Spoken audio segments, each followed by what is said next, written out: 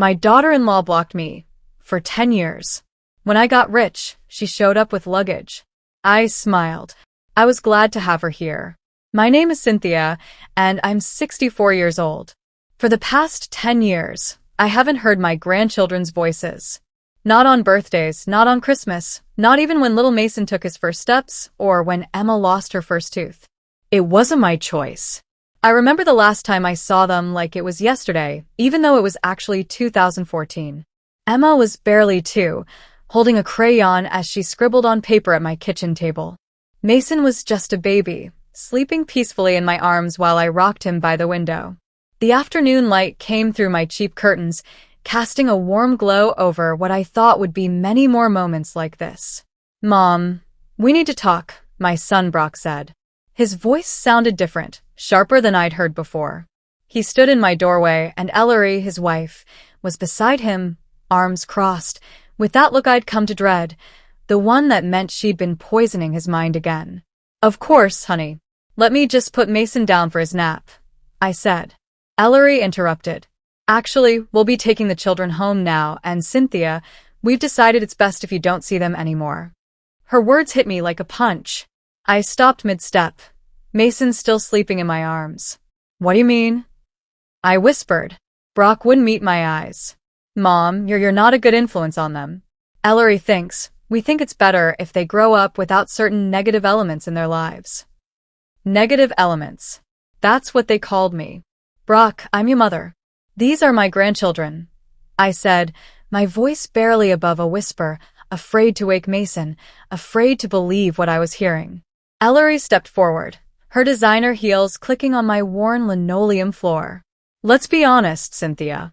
You live in this tiny apartment. You work at the grocery store, and frankly, you're not the kind of grandmother we want our children to remember. They deserve better influences." I felt the room spin. This woman, the one I had welcomed into our family, was taking my babies from me. And my son, the boy I had sacrificed everything for, was letting her. "Brock, please," I said, voice breaking. "I love them. I would never hurt them." For a moment, I saw something in his eyes. Doubt, maybe, or a memory of all the times I'd stayed up with him when he was sick, all the birthday parties I threw with dollar store decorations, all the love I'd shown even when money was tight. But Ellery touched his arm, and the moment vanished. "This is what's best for everyone," he said, sounding rehearsed. "Don't make this harder than it needs to be." I handed Mason to his father, hands shaking. Emma looked up, sensing the tension, and reached for me. "Gamma," she said. Ellery scooped her up before she could touch me. "We're going home," she said. The door closed with a soft click that sounded louder than any slam. I stood in my empty living room, staring at the crayons scattered on the table, at Emma's half-finished drawing. That might have been the last thing she ever made for me. That was 10 years ago. 10 years of birthdays missed, Christmas mornings alone, Mother's Days without a phone call. 10 years of watching other grandmothers with their grandchildren while my heart ached. I tried calling at first. The phone rang and rang until Brock's voicemail picked up. "Hi, you've reached the Thompson family. We're not available, but leave a message." They never called back. Not me. I sent birthday cards, Christmas presents, all carefully wrapped. They came back unopened, marked, "Return to sender," in Ellery's sharp handwriting. I even went to Emma's school once, hoping to catch a glimpse. The secretary told me I was on a list, not allowed to see them. Ellery had made sure of that. The isolation was complete, deliberate. Neighbors asked sometimes. Mrs. Henderson from next door would ask, "How are those beautiful babies of yours, Cynthia?" "They're growing up fast," I'd say, because what else could I say? That I hadn't seen them in years? That I didn't know if Emma still loved to draw, or if Mason had learned to ride a bike? That their mother decided I wasn't worthy? The lies became easier to tell over time, but the hurt never stopped. I kept their old pictures on my fridge. Emma with chocolate on her face at her second birthday, Mason in his tiny blue outfit as a newborn. Sometimes I'd talk to them, telling them about my day. "Emma, honey, you'd love the flowers Mrs. Chin planted. They're purple like your crayon sky," I'd whisper. Pathetic, maybe. But those one-sided conversations were all I had. Work became my refuge. The night shift at Daily Mart kept me busy when the loneliness felt unbearable.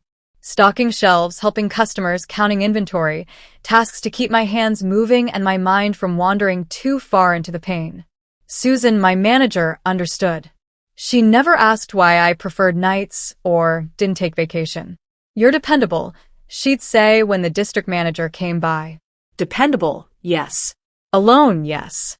But even in isolation, I never gave up hope.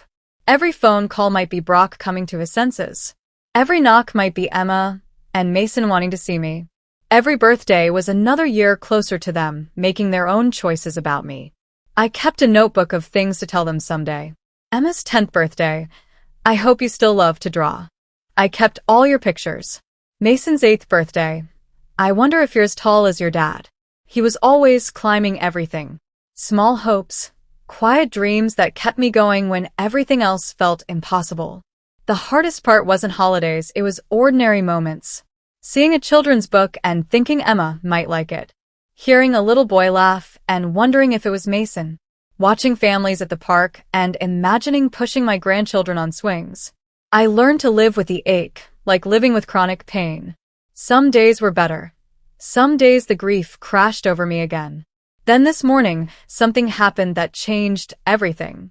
My phone rang at 9:37 a.m. For the first time in a decade, the caller ID showed Brock Thompson. My hands shook as I answered. "Hello, Mom." His voice sounded different, strained, desperate. "Mom, we need to talk. Can we come over?" After 10 years of silence, my son was calling me. I knew this wouldn't be the reunion I dreamed of. Something was terribly wrong, and they needed something from me. I whispered, "You know where to find me. I haven't moved." Unlike them, I had never given up hope that someday, somehow, my family would come home. The 2 hours between Brock's call and their arrival felt endless. I cleaned my apartment twice, changed my clothes 3 times, practiced what I might say to grandchildren who probably didn't remember me. My hands trembled as I arranged the few family photos I had left, wondering if Emma and Mason would recognize me in the pictures. Before they arrived, I needed to remember how we got here. Not the blocking, that was fresh pain, but the years before, when I thought sacrifice was enough. I was 26 when Brock was born. Young enough to believe in fairy tales, old enough to know better. His father, Michael, was my world, charming, ambitious, full of plans. We were going to have a family business, a big house, maybe more children. Michael died in a car accident when Brock was 3. One rainy morning, gone in an instant, leaving me with a toddler asking when Daddy would come home and bills I couldn't pay. The life insurance seemed like a fortune. $15,000. Enough to buy time. Most widows might have used it to survive a few months or start fresh, but I wasn't most widows. I was Brock's mother, and he deserved everything I could give him. Everything his father would have provided if he had lived. Instead of spending the insurance money, I hid it away. Not under my mattress, not in an obvious place, but in something I'd read about at the library. Mutual funds. The bank officer, Mr. Richardson, looked at me skeptically when I walked in with $15,000 in cash. "Mrs. Thompson, are you sure about this? These investments can be risky. Maybe a simple savings account would be safer." But I had done my homework during Brock's nap times. I read financial magazines I couldn't afford to buy and studied the business sections of newspapers left behind at the diner where I waitressed. I was determined to make that money grow for my son. "I understand the risks," I told Mr. Richardson, signing the papers with hands that shook for more than just nervousness. "This is for my son's future." That $15,000 was the seed of everything that came later. But it also began the hardest years of my life. To keep that money untouched, I had to live on what I earned, which meant working constantly. Breakfast shift at the diner, afternoons cleaning offices, nights stocking shelves at Daily Mart. 3 jobs to survive while that insurance money quietly grew in accounts Brock didn't know existed. I remember the morning I realized he had started school hungry. Not "I don't want cereal" hungry. Really hungry. I'd been rushing between jobs, leaving him with Mrs. Patterson next door more than I liked. Somehow, I missed that he was giving his lunch to other kids because there wasn't enough food at home. "Mommy," he said that night, climbing into my lap after I finally got home from the grocery store. Tommy's mom packs him 2 sandwiches every day. Can I have 2 sandwiches? The shame hit me like a punch. Here I was hoarding money for his future while he went hungry in the present. But I couldn't touch the investments. They were growing slowly, but steadily. They represented something bigger than today's lunch, the college education he deserved, the opportunities his father would have given him. So I took a 4th job. Weekend catering for a local company, serving wealthy families at dinner parties while my own son ate peanut butter sandwiches for the 3rd night in a row. The years blurred. Brock grew from toddler to teenager, and I aged in ways time didn't measure. My back ached from lifting and standing. My hands were permanently stained from cleaning chemicals. I fell asleep in chairs more often than in my bed, too tired to walk to my bedroom. But Brock thrived. Piano lessons, soccer teams, summer camps, all funded by my jobs while the insurance money quietly grew. He never knew I sometimes skipped meals so he could eat. He never knew I wore the same 3 dresses to school events because new clothes meant less money for his activities. When he was 16, he started noticing. "Mom, why don't you eat dinner with me anymore?" Because I was working the dinner shift at Romano's restaurant, serving families who ate together while mine sat alone. "I'm not very hungry these days, sweetheart," I said. "You're not old," he protested, but he was seeing me differently. He noticed the gray in my hair, the loose uniforms, the exhaustion I could no longer hide. "Mom, are we poor?" The question I dreaded. How do you tell a teenager that you are both poor and not poor? Struggling to pay rent while sitting on investments that could fix every problem? "We have everything we need," I said carefully. "And you're going to have everything you want for college." That last part was true. By the time Brock graduated high school, those investments had grown to over $60,000, enough for college tuition, room, board, books. I had kept my promise to Michael and to myself. The day I gave Brock his first tuition check, I could finally breathe. All those years of sacrifice, working while other mothers tucked their children in, all those missed school plays and soccer games, it had been worth it. "Mom, how did you save this much money?" Brock asked, staring at the check. I thought about telling him everything, the insurance money, the careful investments, the struggle, but seeing the pride in his eyes, I couldn't. "Your father left us a small insurance policy," I said. "I put it away for your education." Not a lie, but not the full truth.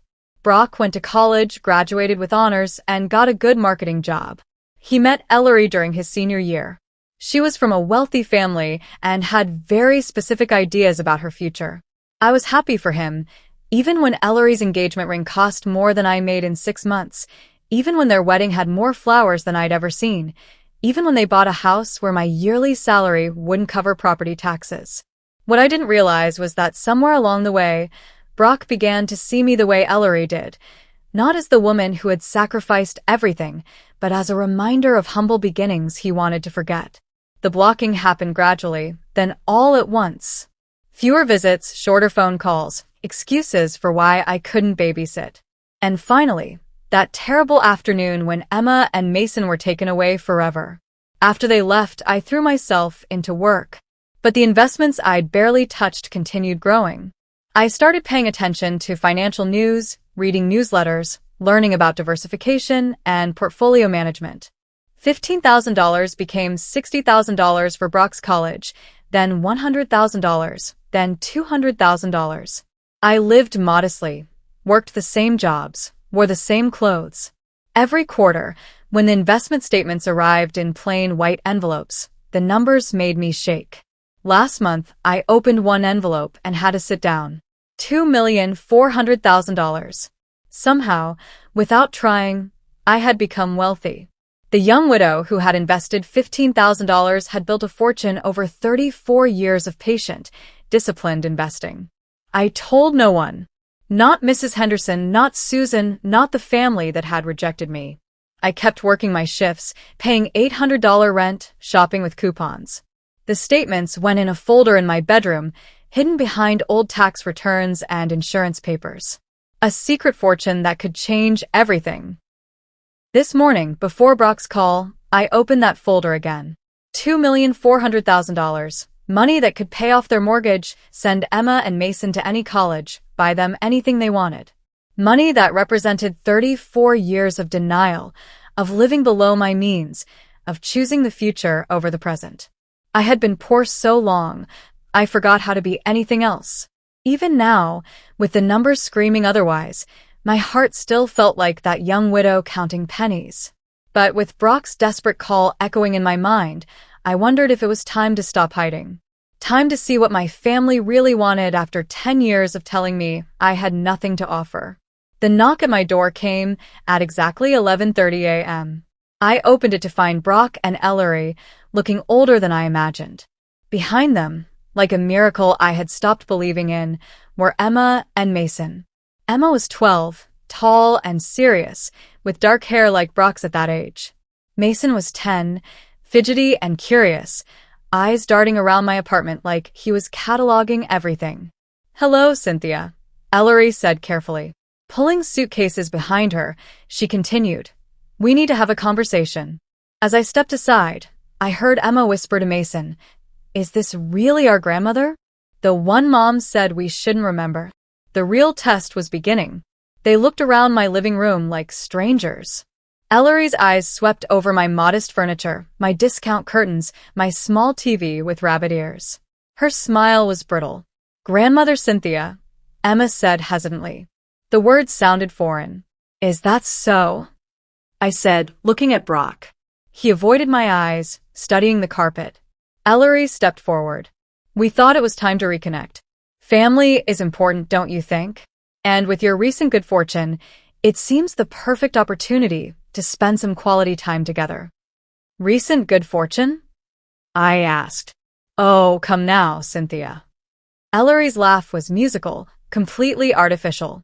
"Mrs. Patterson mentioned her lottery win to my friend at the grocery store. Word travels fast in a small town." I stood there, frozen, feeling something I hadn't felt in a decade, a mix of anger, disbelief, and, somewhere deep inside, hope. Hope that maybe Emma and Mason would remember me, would see me as the grandmother I had always been, not the one their mother had painted for them. I stepped aside and gestured toward the small living room. "Come in," I said, my voice steadier than I expected. My hands trembled slightly, but I didn't care. They were here. They were actually here. Brock set his suitcase down first, then Ellery. Mason fidgeted behind them, clearly curious and nervous.